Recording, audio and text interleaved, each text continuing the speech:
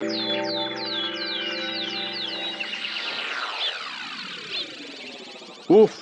এইবার এমন একটা দাও মারবো না যে কৃষ্ণচন্দ্র কেঁদে কুল পাবে না। কিন্তু সেটা একমাত্র সফল হবে যদি কৃষ্ণনগরের মন্ত্রী আমাদের পাশে থাকে। আরে ও তো মোহর ছাড়া আর কিছুই চেনে না।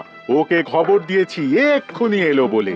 রাজামশাই, কৃষ্ণনগরের মন্ত্রী এসেছেন। ওকে ভেতরে পাঠিয়ে দাও। প্রণাম খাম্বাজ রাজ। এ কি রানীমা, আপনি? আমি তোমাদের কৃষ্ণনগরের রানীমা নই, আমার নাম ললনা। আমি হরেক রকমের গলায় কথা বলতে পারি। এটা আমার আসল গলা। ওরে বাবা রে বাবা রে বাবা, আপনি তো প্রতিভার জলজ্যান্ত রূপ। একে আপনি কোথা থেকে পেলেন খাম্বাজ রাজ? বেশ কিছুদিন আগে একটা যাত্রা দেখতে গিয়ে ললনার সাথে পরিচয় হয়। ওর ব্যাপারে সবকিছু জানার পরে আমার মাথায় একটা বুদ্ধি খেলে যায়। তাই আপনি আমাকে ডেকে পাঠিয়েছেন, তাই তো? একদম তাই। আমার একটা পরিকল্পনা আছে। ছলে বলে কৌশলে ওই কৃষ্ণনগরের আসল রানীকে কিছুদিনের জন্য বাইরে পাঠাতে হবে, আর সেই সুযোগে সেসব দায়িত্ব আমার ওপরে ছেড়ে দিন। আমি নিজের দায়িত্ব নিয়ে ললনাকে কৃষ্ণনগরের রানীর সমস্ত আদব কায়দা শিখিয়ে দিয়েছি। এখন শুধু আমি বাকি ব্যাপার নিয়ন্ত্রণ করব। এখন মহারাজ বাৎসরিক হিসেব নিয়ে ব্যস্ত, তাই রানীমা চলে যাবেন আর তার বদলে ঢুকবে ললনা দেবী। তাহলে আর দেরি কেন? আজ রাতেই বেরিয়ে পড়ো। আর যদি আমার পরিকল্পনা অনুযায়ী এগোতে পারো, তাহলে কিছুদিন পরে তুমি হয়ে উঠবে কৃষ্ণনগরের রাজা। আমার কত দিনের আশা। চলুন তাহলে। হ্যাঁ চলুন, রাজবাড়ির বাকি ব্যাপার যেতে যেতে বুঝিয়ে দেব। রানীমা কিভাবে কথা বলেন, কাকে কি বলে ডাকেন, রাজবাড়ির কোথায় কি আছে সব।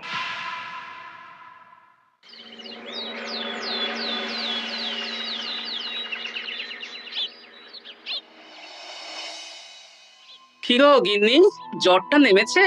এই জ্বরটা কমেছে, কিন্তু শরীরটা খুব দুর্বল গো। তুমি পারলে ভাতটা রান্না করে রাজবাড়ি যাও। আমি বেলার দিকে এই কিছু একটা তরকারি করব। না না গিন্নি, তোমাকে এই শরীরে রান্না করতে হবে না। আমি তরকারির সবজি কুটে রাখছি। হ্যাঁ, ওই পুঁটির মাকে বলে রাখবো, ও এসে রান্না করে দেবে। তাহলে তো ভালোই হয়। জ্বরে একেবারে শরীরটা দুর্বল করে দিয়েছে গো। হ্যাঁ, তুমি বিশ্রাম নাও গিন্নি, আমি রান্নাঘরে যাই। কি গোপাল আজকে এখনো এলো না? ও কোনোদিন সময় এসেছে মহারাজ? ওকে তাড়িয়ে আপনি একটা কাককে রাজসভায় রাখলেও সে সময়ে আসবে।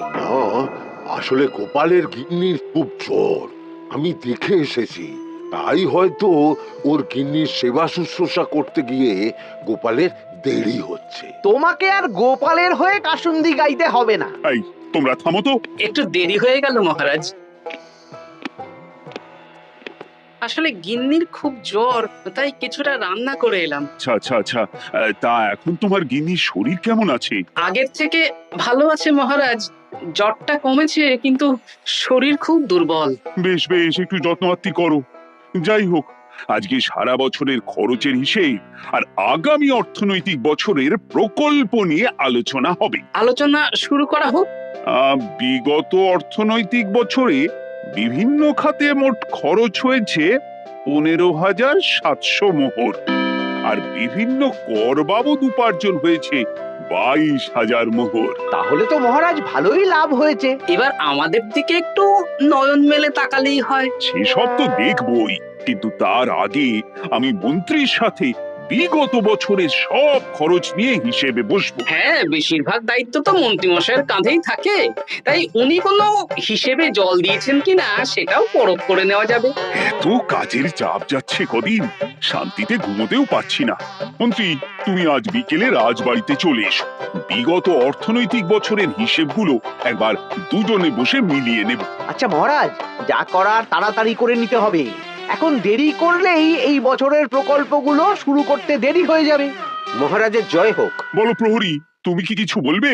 মহারাজ, একজন কালো চাদর মুড়ি দেওয়ার লোক এলেন আর আমার হাতে এই চিঠিটা ধরিয়ে দিয়ে চলে গেলেন। এই গরমে চাদর মুড়ি? অদ্ভুত লোকটা, কি রে বাবা? সর্বনাশ! কি হলো? তোমাদের রানীমার জ্যাঠামশাই খুব অসুস্থ, তাই পরিবারের সবার সাথে দেখা করতে চান। ও মা গো! আজ সভা এখানেই শেষ।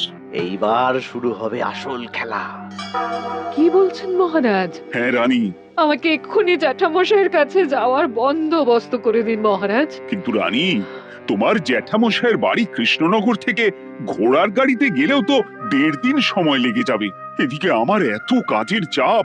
আপনি বরং কয়েকদিন পরে আসুন, আমাকে এক্ষুনি যেতে হবে মহারাজ। বেশ বেশ, আমি তোমার যাওয়ার ব্যবস্থা করছি। সাবধানে যেও রানী, আমি 2-3 দিনের মধ্যেই আসছি।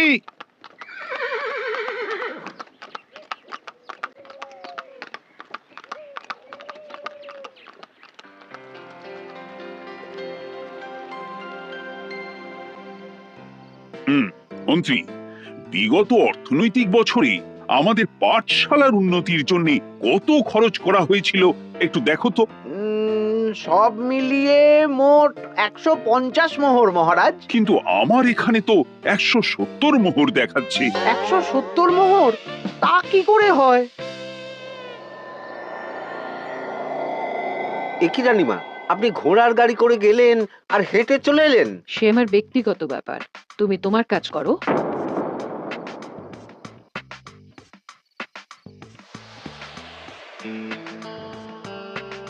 এ কি রানী, তুমি চলে এলে? আমার শরীরটা খুব একটা ভালো লাগছে না মহারাজ, পেটটা কামড়াচ্ছে।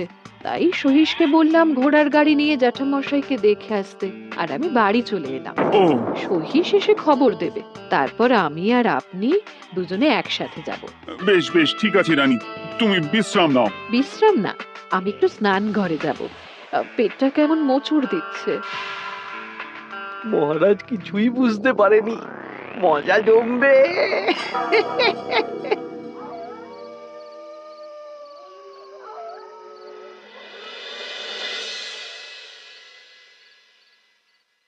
এ কি রানী, তুমি তোমার সব গয়না গাটি বের করছো কেন? আমার আর এই পুরনো নকশার গয়না পছন্দ নয় মহারাজ। ভাবছি কালকে সকালবেলা এই গয়নাগুলো শ্যাকরাকে দিয়ে শহুরে নকশায় নতুন গয়না বানাবো। কিন্তু এগুলো তো তোমার সবই পছন্দের গয়না। কিন্তু মহারাজ, আমি ভেবে দেখলাম এই গয়নাগুলো সবই বড্ড ভারী গয়না। আমি শহুরে আধুনিক নকশার হালকা গয়না পরবো। এমনিতেই জ্যাঠামশাইয়ের শরীরটা ভালো নেই, মনটাও ভালো নেই, ও, পেটটা কেমন মোচড় দিচ্ছে। আমি আরেকবার স্নান ঘরে যাব।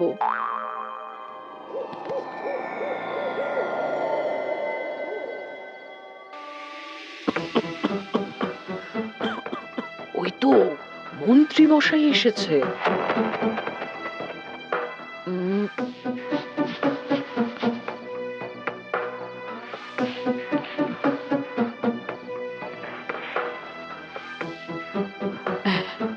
এই রাজ্যে গোপাল আমার শত্রু।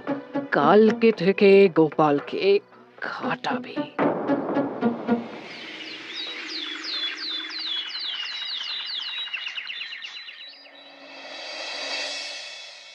হায় হায় হায়, কি হলো রানী, কি হলো? গতকাল রাতে আমার সমস্ত গয়না চুরি হয়ে গেছে। হ্যাঁ? বলো কি প্রহরী? বলুন মহারাজ। গতকাল রাতে রানীর সব গয়না চুরি হয়ে গেছে। তুমি আরেকজনকে নিয়ে এক্ষুনি খোঁজ করা শুরু করো। যথাজ্ঞা মহারাজ।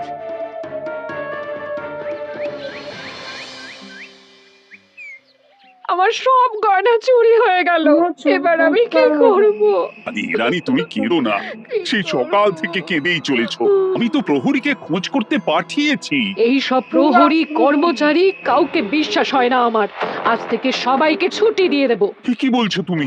সবাইকে ছুটি দিয়ে দিলে রাজবাড়ির কাজ কে করবে? কেন? আমাদের সবচেয়ে বিশ্বাসযোগ্য সভাসদ গোপাল আজ থেকে রাজবাড়ির সব কাজ গোপাল করবে। কি বলছো? আপনি কি বলতে চাইছেন? গোপাল বিশ্বাসযোগ্য না? হ্যাঁ, গোপাল আমার সবচেয়ে প্রিয়। ওর চেয়ে বিশ্বাসযোগ্য আর কেউ নেই। কিন্তু কোনো কিন্তু না, বলবেন আপনার আদেশ। এক্ষুনি গোপালকে ডেকে পাঠান। যেমন তোমার ইচ্ছে। গোপাল, গতকাল রাতে রানী সব গয়না চুরি হয়ে গেছে। তাও আবার ঘরের ভেতর থেকে। আমি চাই তোমার মতো বিশ্বাসযোগ্য লোকই রাজবাড়ির সমস্ত কাজ করুক। মানেটা ঠিক বুঝতে পারলাম না রানীমা। মানে আমি রাজবাড়ির বেশিরভাগ কর্মচারীকে ছুটি দিয়ে দিচ্ছি, তার বদলে রাজবাড়ির কাজ করবে তুমি। কিন্তু কোনো কিন্তু না।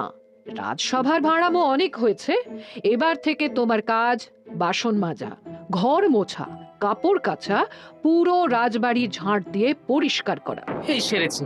যাও, রান্নাঘর থেকে বাসন নিয়ে পুকুর পাড়ে গিয়ে বাসন মাজবে। এ কি গোপাল, রাজসভা থেকে সোজা পুকুর পাড়ে? কি হয়েছে নাকি? খুব হাসি পাচ্ছে না? হাসি তো পাবেই। নতুন রানীমা আসার পরে তোমার এই হাল করে ছেড়ে দিল। নতুন রানীমা? না, আসলে ঘটা বলতে চাইছে রানীমা তোমাকে নতুন চাকরি দিয়ে এই হাল করলো। ও যা হয়েছে ভালো হয়েছে। আমার পেছনে না লেগে নিজের কাজ করুন, যান। কোথায় কি বলতে হয় জানিস না নাকি? অভ্যেস নেই তো, তাই মুখ ফসকে বেরিয়ে গেছে।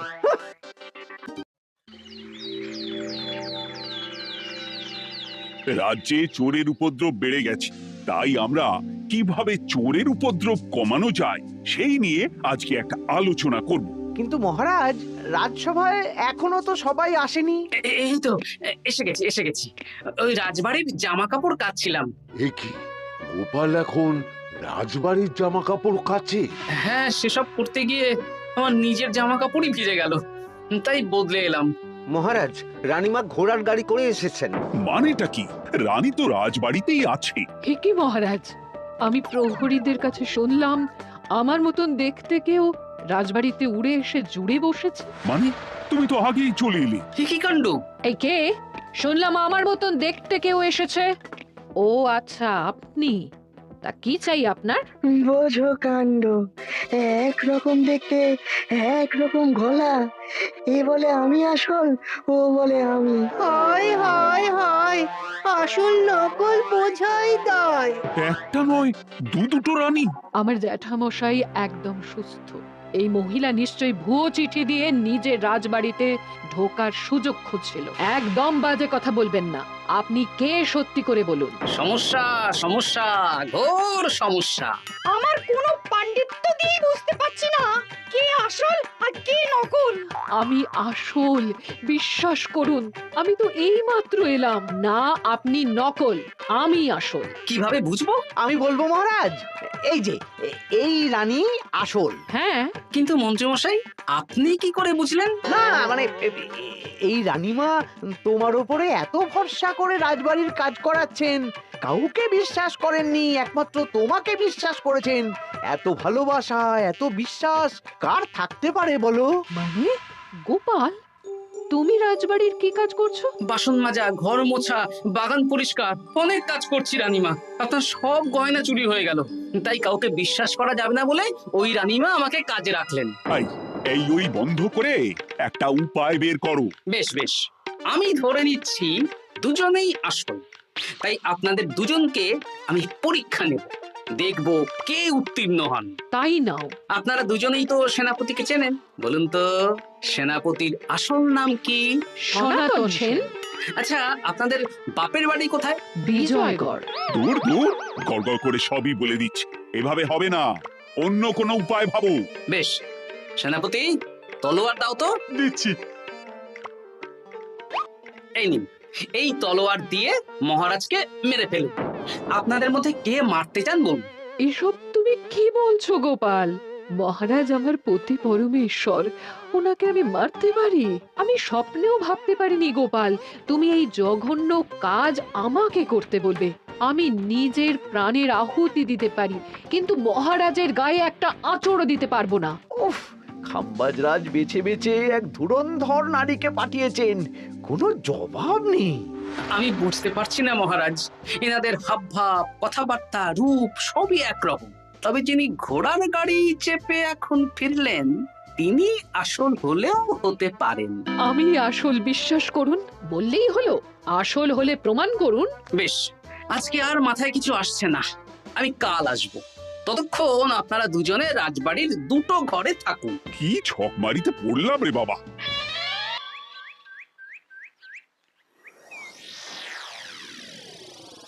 ললনা একদম তৈরি হয়ে এসেছে। দারুণ মজা হচ্ছে বলুন। এবার শুধু একবার আসল রানীকে সরিয়ে ললনা যদি রানী হয়ে যায়, তাহলে রানীর গয়নার মতন সব আমার হাতে চলে আসবে। তারপর কি হবে? তারপর ধীরে ধীরে মহারাজকেও কায়দা করে সরিয়ে দেব, আর খাম্বাজ রাজ আর আমি এই দুজনে মিলে এই রাজ্য চালাবো। কি বুদ্ধি আপনার মাথায়।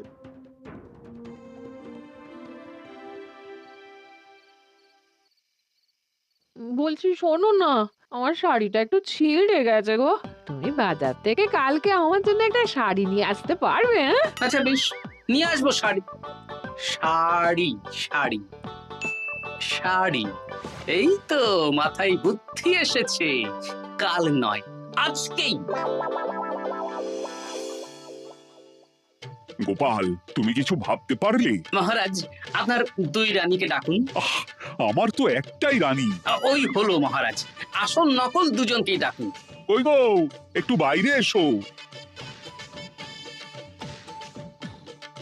বলুন মহারাজ, আপনি ডাকছেন?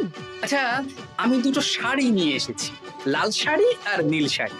এই দুটোই মন্ত্রপুত শাড়ি, এক সিদ্ধ পুরুষ দিয়েছেন। কে তিনি? না, সেসব এখন বলা যাবে না, তবে এই শাড়ি দুটো একটা একটা করে ওনাদের দিয়ে দিন। এবার আমি এই শাড়ির বিশেষত্ব বলি। হ্যাঁ বলো গোপাল, বলো। আপনারা দুজনেই আজ রাতে এই শাড়িটা পরবেন, সারা রাত পরে থাকবেন। এই শাড়িগুলো 12 হাত মাপের শাড়ি। আগামীকাল সূর্যোদয় হওয়ার পরে যার শাড়ি 4 হাত কমবে সেই হবে আসল রানী। আচ্ছা বেশ, তাহলে তোমরা দুজনেই এই শাড়ি পরে থাক। কাল সকাল সকাল রাজসভা বসবে, তখন তোমাদের শাড়ি গোপালের কাছে জমা দিও। আমি যে নকল সেটা বুঝতে দেওয়া যাবে না। কি করে এই শাড়িটা 4 হাত কেটে ফেলে ওই দুফল কাটার ছড়ি কেটে ফেলো। কালকে আবার মজা হবে।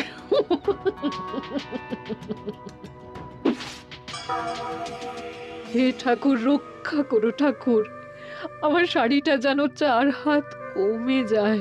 ঠাকুর রক্ষা করো।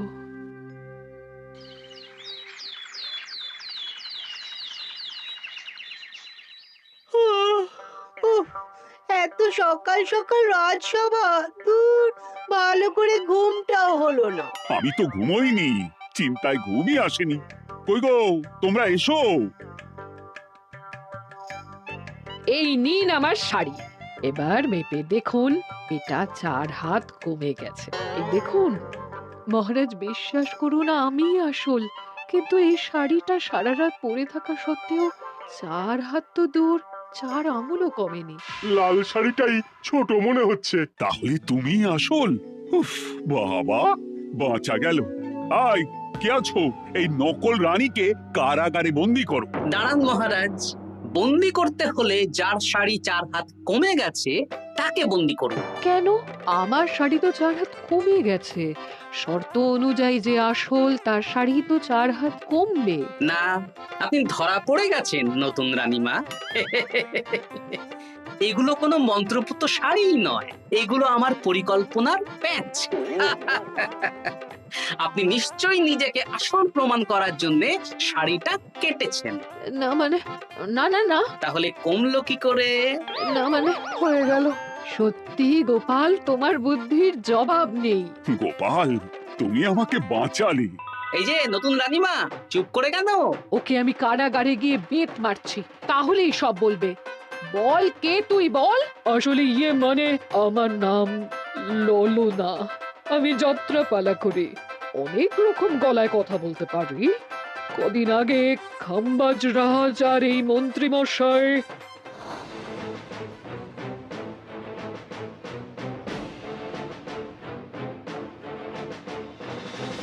বাহ বাহ বাহ বাহ বাহ, এ তো দেখছি ললনার ছলনা।